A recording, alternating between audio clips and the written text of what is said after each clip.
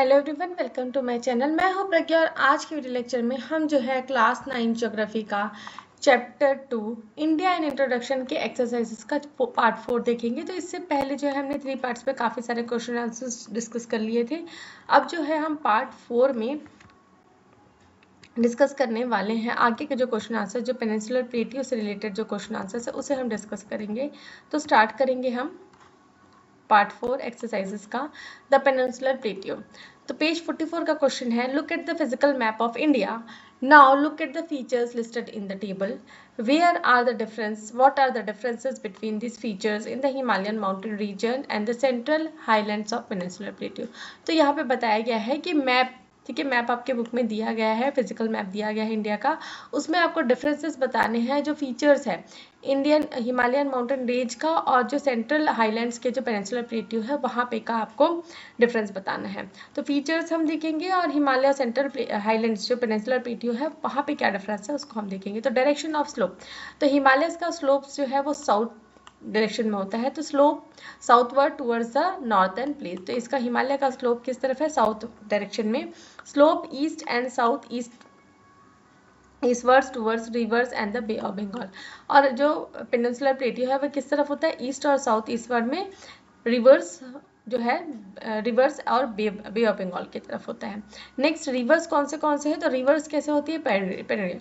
Perennial rivers का क्या मतलब होता है? जो स्नो फेड या रेन फेड रिवर होती हैं, जैसे कि गंगा, यमुना, ब्रह्मपुत्र। तो ये साल भर इनमें पानी रहता है, इनका पानी कभी सूखता नहीं है। नेक्स्ट है, रिवर्स जो होते हैं पेनिनसुलर प्लेटियो के, वो क्या होते हैं? सीजनल होते हैं, मेनली रेन फेड होते हैं। मतलब जब बारिश का पानी होता है तभी इनमें ज़्यादा पानी होता है, नहीं तो ये सूखने के कगार में आ जाते हैं।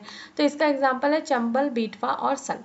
नेक्स्ट है मिनरल्स। तो हिमालयस में रीजन में ज़्यादा मिनरल्स नहीं पाए जाते, तो पुअर इन मिनरल्स। और जो पेनिनसुलर प्लेटियो वाला पार्ट है वहाँ पे मिनरल्स जो है वो अच्छे तादाद में पाए जाते हैं। तो rich in minerals like coal, iron और मैग्नीज, बॉक्साइट, माइका। ओके, तो इतने सारे जो मिनरल्स है वो यहाँ पाए जाते हैं। Next is page 45, look at the physical map of India and identify the states into which the great Indian plateau extend.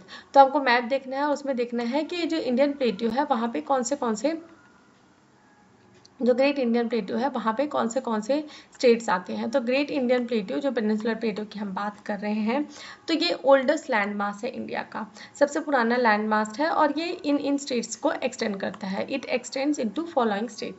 तो सबसे पहले है महाराष्ट्र, मध्य प्रदेश, छत्तीसगढ़, झारखंड, उड़ीसा, आंध्र प्रदेश, तेलंगाना, कर्नाटका, तमिलनाडु, केरला एंड राजस्थान का सदर्न पार्ट। तो इतने सारे स्टेट्स को ये के अंडर ये लाइक करता है। नेक्स्ट चीज, what is the meaning of ghat? घाट का मीनिंग क्या होता है? एक तो हम हिंदी में घाट बोलते हैं, जो नदी का किनारा होता है उसे घाट बोला जाता है, लेकिन यहाँ पे घाट का क्या मतलब है?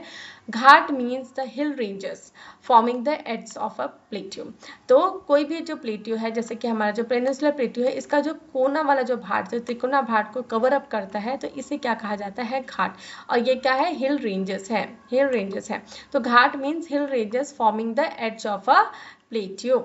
इन द पेनिनसुलर प्लेट्यू, जो हम पेनिनसुलर प्लेट्यू की बात करते हैं, तो हमारे पास कितने घाट्स है? 2 घाट है, वेस्टर्न घाट और Eastern Ghats. Are long mountain range that run along western and eastern coast of India. तो वेस्टर्न घाट वेस्टर्न कोस्ट की तरफ है और ईस्टर्न घाट ईस्टर्न कोस्ट की तरफ है। तो वेस्टर्न घाट्स कैसा है? जब हम वेस्टर्न घाट्स की बात करते हैं तो वेस्टर्न घाट कैसा है? स्टीप है, high mountain along the west coast. तो जो वेस्टर्न घाट्स वाले जो माउंटेन्स है वो क्या है? स्टीप है। स्टीप मतलब खड़ी चढ़ाइयों वाले हैं और बड़े बड़े हाई माउंटेन्स हैं।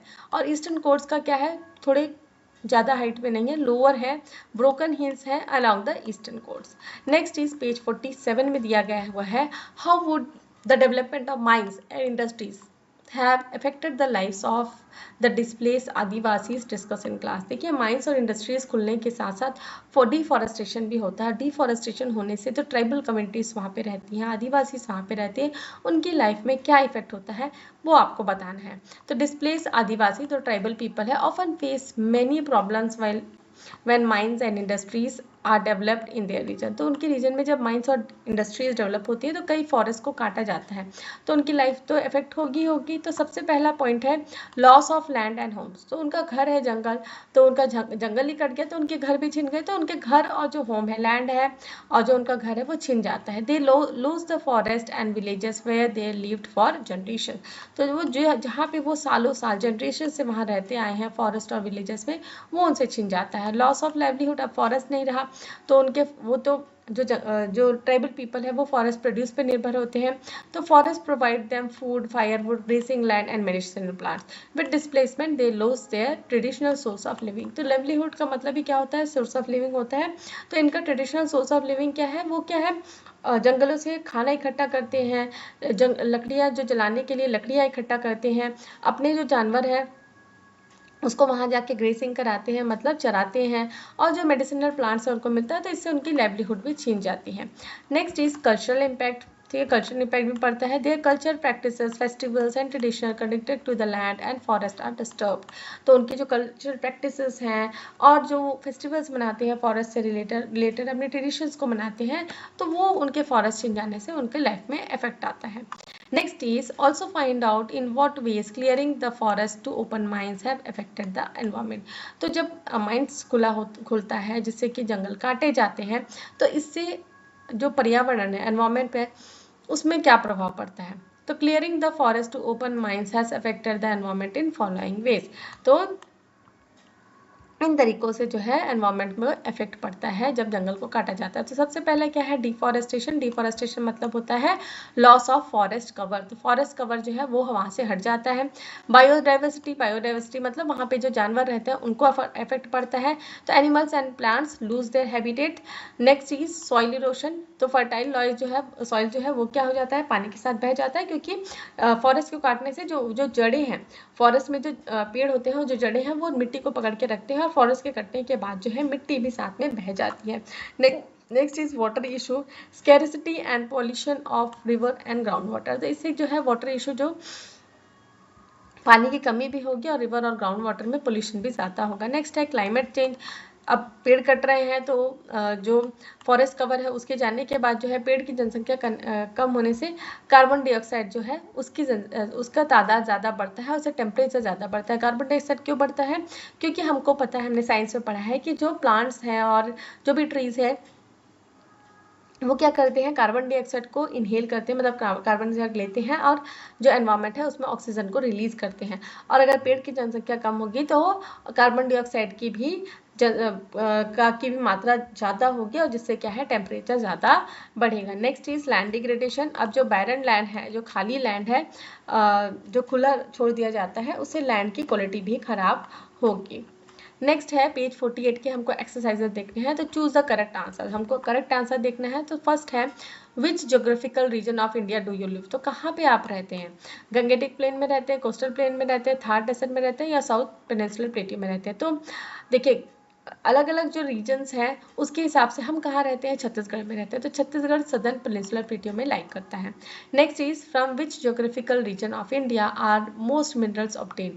तो अब भी हमने देखा था कि मिनरल्स कहाँ ज़्यादा पाए जाते हैं? पेनिनसुलर प्लेटियो में ज़्यादा मिनरल्स पाए जाते हैं। Next is which of this places is in peninsular प्लेटियो। तो पेनिनसुलर प्लेटियो में कौन सा ये रीजन है? तो नैनीताल है क्या, मसूरी है क्या, या कोडाई कनाल है क्या? तो नैनीताल और मसूरी तो हिमालयन रीजन्स में है, तो कोडाई कनाल आता है। Next is what is the name of south Asia's oldest landmass. तो साउथ एशिया का सबसे पुराना लैंडमास का नाम क्या है? गोंडवाना लैंड, लॉरेशिया, थार, या शिवालिक। तो सब आंसर है Gondwana land. Next is which is the India's oldest landmass. तो इंडिया का ओल्डेस्ट लैंडमास कौन सा है? Gangetic plain, Deccan plateau, Kashmir Himalayas and Shivalik hills. तो इसमें से कौन सा आएगा? डेक्कन प्लेटियो। जब भी ओल्ड मास की बात होती है तो प्लेटियो रीजन ही आता है। Next is which river flow in a rift valley. तो कौन सा रिवर है जो रिफ्ट वैली में फ्लो करता है? गंगा और यमुना, नर्मदा और ताप्ती, महानदी और सुबर्णिका, एंड कृष्णा एंड कावेरी। तो इसमें जो है नर्मदा और ताप्ती, ठीक है। नर्मदा जो ताप्ती जो है, ये जो रिवर है ये जो है एक रिफ्ट वैली में फ्लो करते हैं। Next is match the pairs. तो हमको कुछ ऑप्शंस दिए गए हैं और आपको हमको क्या करना है, मैच करना है। तो सबसे पहला है कोलार गोल्ड फील्ड्स, ये कहाँ है, कर्नाटका में। Life line of Chhattisgarh, Mahanadi को कहा जाता है। Hill station of Chhattisgarh Mainpat है और वेस्ट फ्लोइंग रिवर है ताप्ती। ठीक है, ये आपके इसके आंसर्स हैं। Next is what is the meaning of ghat, ये अभी हमने थोड़ी देर पहले ऊपर में देखा था। Ghat means a mountain pass, steep और slope of a mountain, hill और माउंटेन। ठीक है, घाट का क्या मतलब होता है, माउंटेन पास या स्टीप स्टेप्स और स्लोप्स। ठीक है, जो स्लोप होता है हिली रीजन का उसे क्या कहा जाता है, घाट कहा जाता है। और in geography it refers to mountain ridges like Eastern Ghats and Western Ghats in peninsular India. ठीक है, पेनिनसुलर इंडिया, यहाँ पे ये छूट गया है, peninsular India. Next is what are the meanings of why are the peaks of hills in peninsular plateau not as pointed as Himalayan mountain peaks. तो हिमालय के जो माउंटेन पीक्स है वो क्या है, बहुत ही ज़्यादा पॉइंटेड है, लेकिन जो हिल्स है पेनिनसुलर प्लेटियो में उतनी ज़्यादा पॉइंटेड क्यों नहीं है, उतनी इस तरीके के पॉइंटेड क्यों नहीं है। तो घाट मीन्स अ माउंटेन,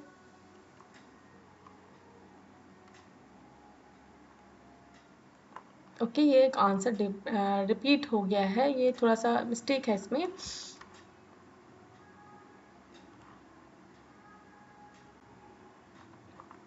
ठीक है, इसका आंसर मैं ऐसे ही बता देती हूँ, क्योंकि देखिए अभी हमने देखा जो पेनिनसुलर प्लेटियो वाला जो पार्ट है वो क्या है, बहुत ही ज़्यादा पुराना है।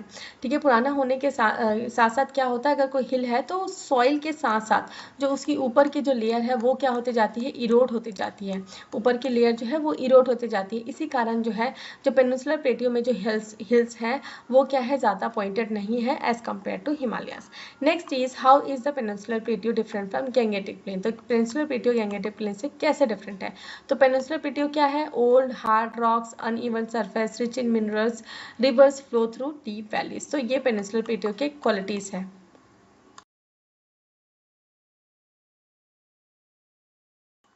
नेक्स्ट है गैंगेटिक प्लेन। गैंगेटिक प्लेन क्या है, नया है, न्यू है। ठीक है, ये बहुत ही ओल्ड है और ये क्या है, न्यू और ओल्ड मतलब जो स्ट्रक्चर है इसके बहुत ज़्यादा पुराने हैं।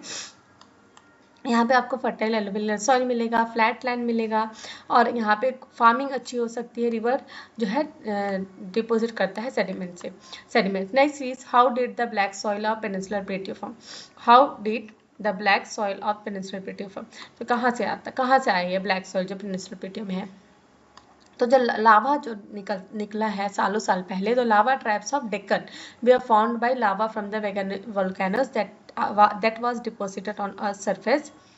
This lava deposit give the region the name of black soil province. तो बहुत साल पहले जो लावा ट्रैप्स है डेक्कन में वो फॉर्म हुए थे, ठीक है, वोल्केनोस के थ्रू, और ये डिपॉजिट हुए थे अर्थ सरफेस में। और ये जो लावा डिपॉजिट है यही इस रीजन को क्या ये जो लावा डिपॉजिट है ये ब्लैक कलर में, इसलिए जो ये रीजन है इसे ब्लैक सॉइल प्रोविंस कहा जाता है। Next is why don't miners wear cloth hats while extracting gold. तो माइनर्स जो है वो कपड़े के बने हुए हैट्स क्यों नहीं यूज़ करते हैं जब वो कोल्स एक्सट्रैक्ट करते हैं। तो उनका प्रॉपर हेलमेट होता है। तो क्यों ऐसा होता है, तो क्लोथ हैट्स जो है उसको प्रोटेक्ट नहीं कर सकते, जैसे कि रॉक्स गिर रहा है किसी एक्सीडेंट या हीट से उनके सिर को प्रोटेक्ट नहीं कर सकते। इसलिए जो माइनर्स है वो हार्ड हेलमेट्स जो है सेफ्टी पर्पज़ के लिए यूज़ करते हैं जब वो अंडरग्राउंड जाते हैं। Next is how did Chasnala coal mine take place. तो यहाँ पे जो कोल माइन में एक्सीडेंट हुआ था चसनाला, उसके बारे में आपको बताना है। तो Chasnala coal mine disaster happened in Dhanbad in 1975। तो 1975 में धनबाद रीजन में ये हुआ था। तो इसमें क्या हुआ था, एक एक्सप्लोजन, ठीक है, एक एक्सप्लोजन हुआ क्योंकि जो मीथेन गैस है वहाँ पे, जो मीथेन गैस जो निकलती है तो उसके कारण क्या हुआ, एक एक्सप्लोजन हुआ, मतलब एक बम की तरह फूटा, एक्सप्लोजन हुआ। तो इससे क्या हुआ, जो पास में जो नदी थी, जो नियर बाय जो पानी था उसमें क्या आ गई, बाढ़ आ गई। ठीक है, वो नदी का पानी जो है वो कोल माइंस पे चला गया। इससे क्या हो गया, हंड्रेड्स ऑफ माइनर्स जो है वो वहाँ पे दबे रह गए और वो वहाँ पे मर गए, ट्रैप हो गया, मतलब वहाँ पे फंस गए और वो मर गए। तो इस तरीके से जो चसनाला कोल माइन का डिसास्टर हुआ। तो यहाँ पे ये क्वेश्चन आंसर्स थे जो हमने डिस्कस कर लिए। उसके बाद जो है हम जो coastal plains and island group वाले जो क्वेश्चन आंसर्स है उसको डिस्कस करेंगे। तो मैं आशा करती हूँ कि आपको ये वीडियो लेक्चर समझ में आए। अगर वीडियो समझ में आए तो वीडियो को लाइक शेयर करें, कमेंट करके बताएं कि वीडियो कैसा लगा। और अगर मेरे चैनल के वीडियोस आपको पसंद आते हैं तो चैनल को सब्सक्राइब कर लीजिए, बेल नोटिफिकेशन को भी ऑन कर लीजिए ताकि जब भी मैं नए वीडियोस डालूँ तो आपको नोटिफिकेशन मिल सके। Thanks for watching.